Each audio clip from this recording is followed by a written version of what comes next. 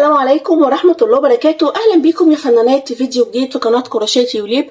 هنعمل النهاردة ميدالية اليقطين، جميلة وسهلة وبسيطة جدا، وهنقدر نشتغلها بأي نوع خيوط عندنا، وفرصة حلوة قوي لاستغلال بواقي الخيوط. أنا استخدمت خيط هيمالايا افريداي، وبصراحة هي بتكون حلوة قوي قوي في خيوط الصوف. استخدمت مع اللون الأورنج إليزا بيبي، وكان جميل جدا وحلو برضو. بس انا هشتغل دلوقتي معاكم بخيط هيمالايا، تمام، مع ابرة رقم 4. وهنحتاج معانا ابرة تنظيف، وهنحتاج الجزء اللي بيركب في اليقطين من فوق اللي هو الخاص بالميدالية، وهنحتاج كمية بسيطة جدا من الفايبر. هنقول بسم الله ونبدأ مع بعض. هعمل 15 سلسلة.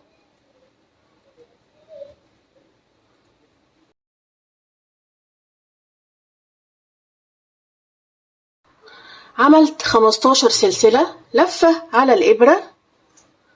هنسيب أول سلسلة وندخل في التانية على طول. هنعمل أول غرزة نص عمود، وكل السطر هيكون معانا بغرز النص عمود.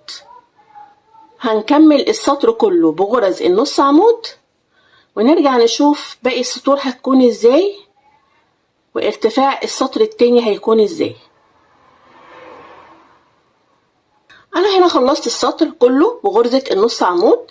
هرتفع سلسلة واحدة بس، وهلف الشغل، وهاخد لفة على الإبرة، وهشتغل غرزة نص عمود في الحلقة الخلفية زي ما هو موضح مع حضراتكم كده. كل غرزة هتقابلني في الحلقة الخلفية هعمل فيها غرزة نص عمود، وبمنتهى البساطة هي القطعة كلها بغرز النص عمود في الحلقة الخلفية. أول سطر عملناه بغرزة النص عمود عادي جدا لآخر السطر، وبعدين ارتفعنا سلسلة، ومن السطر التاني لحد ما نوصل للحجم اللي احنا عايزينه والطول اللي احنا عايزينه هنشتغل بغرزة النص عمود في الحلقة الخلفية. ببدأ السطر عادي، وبنهي الشغل في آخر السطر بغرزة نص عمود في الحلقة الخلفية، وبعدين برتفع واحد سلسلة وارجع ألف الشغل، واعمل في كل غرزة تقابلني غرزة نص عمود في الحلقة الخلفية، وكل السطور ارتفاع واحد سلسلة بس. كده انا خلصت السطر التاني. نخلي بالنا من اول غرزة واخر غرزة، لو بنتلخبط نقدر ان احنا نعلمها. بالشكل ده كده خلصنا تاني سطر. هنرتفع سلسلة واحدة، وهندير الشغل، نلف الشغل كده، ونعمل غرزة نص عمود في الحلقة الخلفية.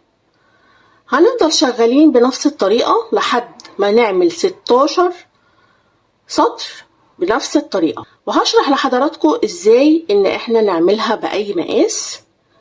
هنكمل مع بعض الطول اللي انا حباه، وبعدين هنرجع مع بعض اشرح لكم ازاي نشوف المقاسات. انا هنا بعد ما وصلت للارتفاع، طيب ازاي هكبر القطعة؟ هتكبري القطعة بناء على بداية السلاسل. يعني انا هنا عايزة يقطينة تكون صغيرة في حجم الميدالية. طب انا عايزة اعمل يقطينة كبيرة، بدل ما كنت هشتغل ب15 سلسلة مثلا ممكن اعمل 30 سلسلة. دي البداية بتاعتنا. طيب هعرف الطول ازاي؟ وبكون بنفس طريقة الشغل بالظبط. طيب الطول المناسب للقطعة علشان تبقى يقطين كويسة وحجمها كويس والدوران بتاعها كويس، طب هنعرف الطول ازاي؟ بشتغل عدد السلاسل اللي انا حباه بالظبط، سواء كانت كبيرة او صغيرة، وبعدين بنشتغل عدد من الاسطر. تمام، بنجيب بالظبط كده، بنتني الحرف على المثلث كده، ونشوف المثلث جاي معايا مظبوط، وبعدين بتني المثلث الناحية التانية بالشكل ده كده.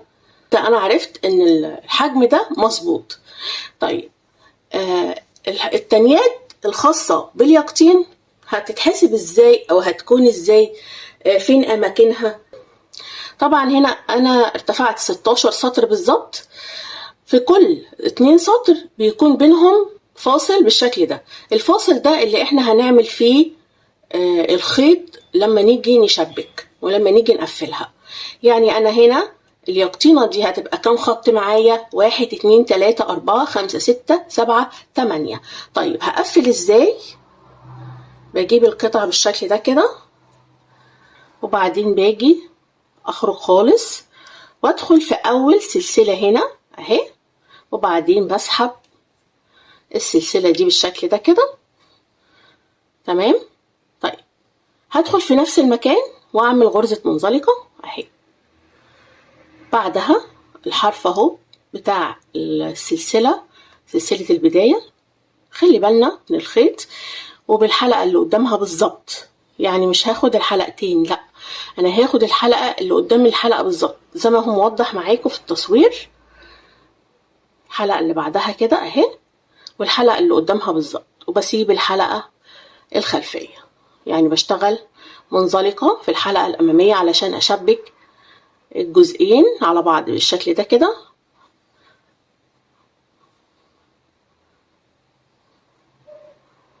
هنكمل بنفس الطريقة لنهاية السطر. أنا هنا وصلت للآخر، شبكت الجزء ده للأخير وأخدت غرزة تثبيت، وبعدها على طول هقلب القطعة بالشكل ده كده. طيب هيجي دلوقتي دور إبرة التنظيف. إبرة التنظيف هشبكها في الخيط. طبعا أنا قطعت الخيط، لكن طبعا عملت مسافة من الخيط علشان هستخدمه في الخياطة وفي التقفيل وكمان في عمل خطوط اليقطين. تمام. دلوقتي هنستخدم ايه؟ هنستخدم إبرة التنظيف علشان نقفل القطعة دي كلها، وبعدين نحشيها بالفايبر، وبعدها بنقفل الجزء التاني، وهنعمل مع بعض الخطوات. هوصل الإبرة ونرجع مع بعض. كده خلاص هنقفل القطعة بإبرة التنظيف. بندخل في الأجزاء دي اهي، وبنمرر الإبرة بالشكل ده. هنقفل كل الغرز.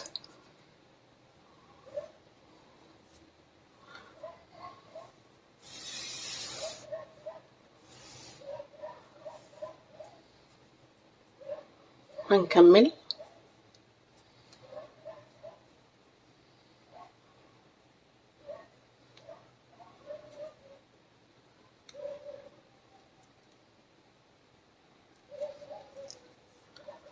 كده انا قفلت الجزء ده بالخيط اهو.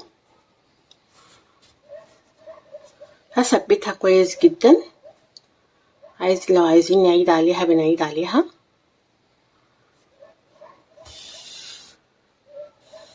تمام.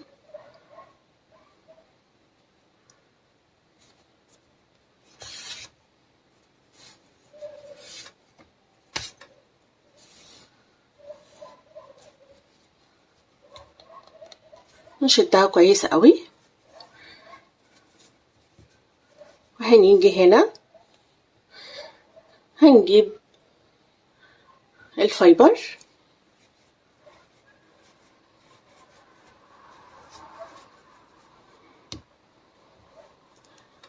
هنحشي على حسب ما بنلاقي القطعة بقت كويسة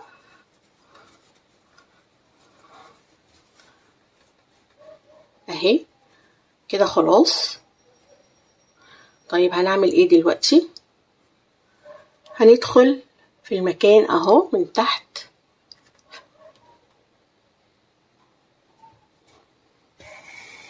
علشان نشبك الجزء التاني اهي. طيب هنقفل الجزء ده زي ما قفلنا الجزء التاني بالظبط اهي، شايفين؟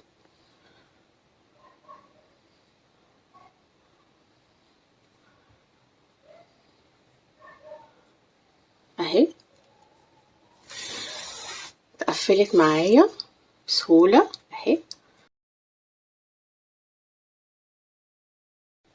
هنكملها للاخر ونرجع مع بعض. انا هنا قفلت الجزئين زي ما هو موضح لحضراتكم، شايفين؟ كل اللي علينا دلوقتي هعمل الخطوط الخاصة باليقطين، ودي طبعا بتتعمل بالخيط، سهل جدا جدا. طيب انا هنا ده معايا الخيط اللي بشبك بيه. انا محتاجة اشوف المكان اللي قفلت فيه علشان اعمل فيه اول واحد، علشان ده بيلخبط. تمام، ده المكان اللي انا قفلت فيه. فانا بمنتهى البساطة همشي كده بالخيط واروح مدخلة الخيط من الاسفل، وبعدين اطلعه فوق بالشكل ده كده. تمام، وشدة صغيرة كده علشان تدينا شكل اليقطين. تمام. طيب هنعمل ايه؟ الخط اللي انا قلت عليه ده هو اللي هنعمل عليه العلامة او الخطوط الخاصة باليقطين. وبخيط من الخلف، بخيط من الاسفل للاعلى بالشكل ده كده اهي، شدها شدة صغيرة. تمام. طيب اللي عليه الخط اللي عليه الدور اهو، شايفين؟ اتمنى يكون واضح معانا اهو. ومن الاسفل للاعلى بطلع ابرة التنظيف بالشكل ده كده. طيب الخط اللي بعده فين؟ اهو اهو، اشتغلناه بالشكل ده كده.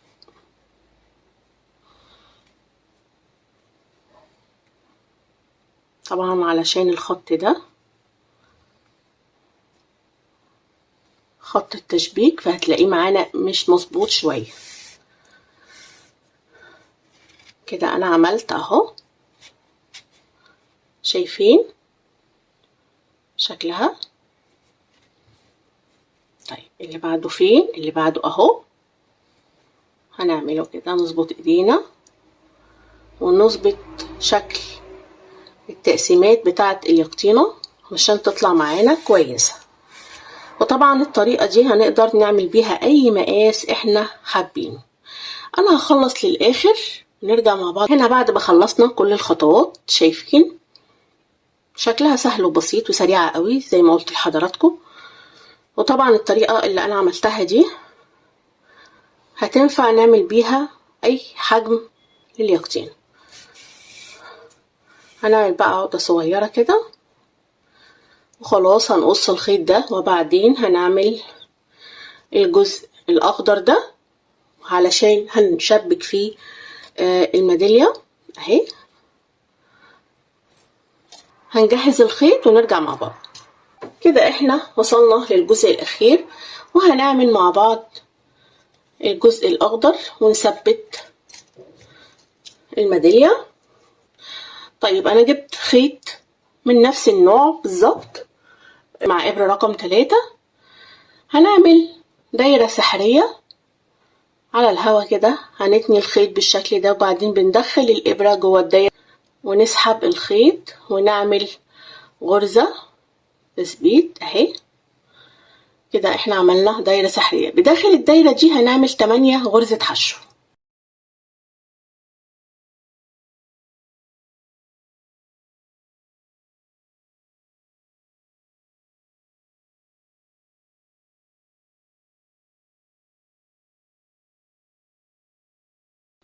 خيط البداية هنشده ونقفل الدايرة خالص اهي، هنشده كويس قوي. تمام. طيب هنقفل بمنزلقة في اول غرزة حشو اهي. ده خيط البداية هناخده معانا تحت الشغل. طيب هرتفع سلسلة وفي نفس المكان هعمل 2 غرزة حشو، وكل غرزة حشو هتقابلني هعمل فيها 2 غرزة حشو علشان السطر التاني يبقى معانا 16 غرزة حشو. كل غرزة هتقابلني هعمل فيها غرزة حشو، وبكمل السطر على كده، وبعدين بقفل بمنزلقة في اول غرزة حشو انا عملتها.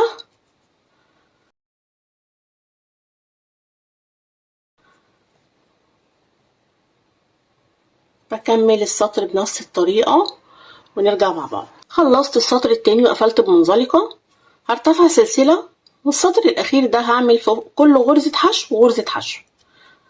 وهقفل بمنزلقة برضو في اول غرزة حشو تقابلني. انا كنت حابة اعملها على كده لكن لقيتها صغيرة قوي، لكن هي لو طالعة معاكوا صغيرة بخيط اصغر من كده الاحسن تكون سطرين بس. يعني احنا بنعمل الجزء الاخضر ده بناء على حجم اليقطين، وطبعا زي ما حضراتكم شايفين هنا الحجم اكبر شوية وهنا الحجم اكبر قوي. شايفين شكلها حلو ازاي اهي.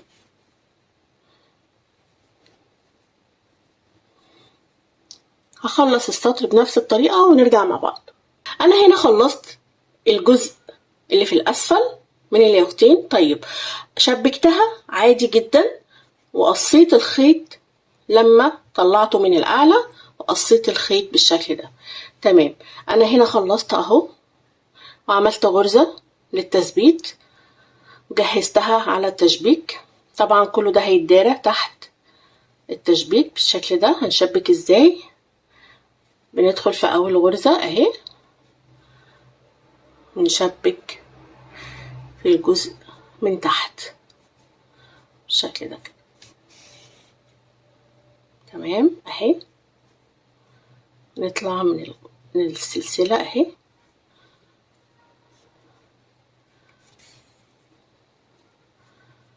هشبكها بنفس الطريقة. يستحسن تكون إبرة التنظيف معدن. هنكمل التشبيك بنفس الطريقة بعد ما اخلص تثبيت الجزء الأخضر ده.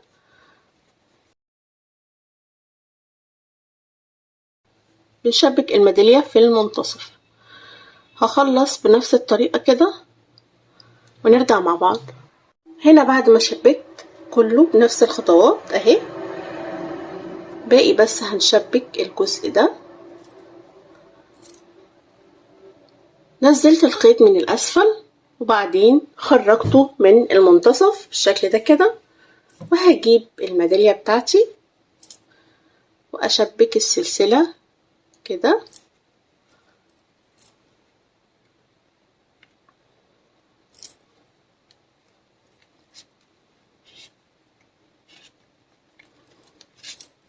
اهي. شبكت، نكرر علشان تكون ثابتة كويس قوي اهي.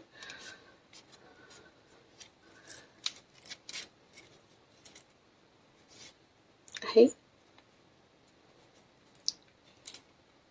هنشبك الخيط مرة تانية وبعدين بنخرجه من الأسفل، وبكده هتكون خلصت معانا. هنضف الخيوط ونرجع نشوف شكلها النهائي. وده كان شكلها بعد التنظيف. طبعا الميدالية هنا مختلفة عن هنا، لكن هما الاتنين حلوين جدا زي ما حضراتكم شايفين. نضفت الخيوط اهي. بتمنى فيديو النهاردة يكون عجبكم. السلام عليكم ورحمة الله وبركاته.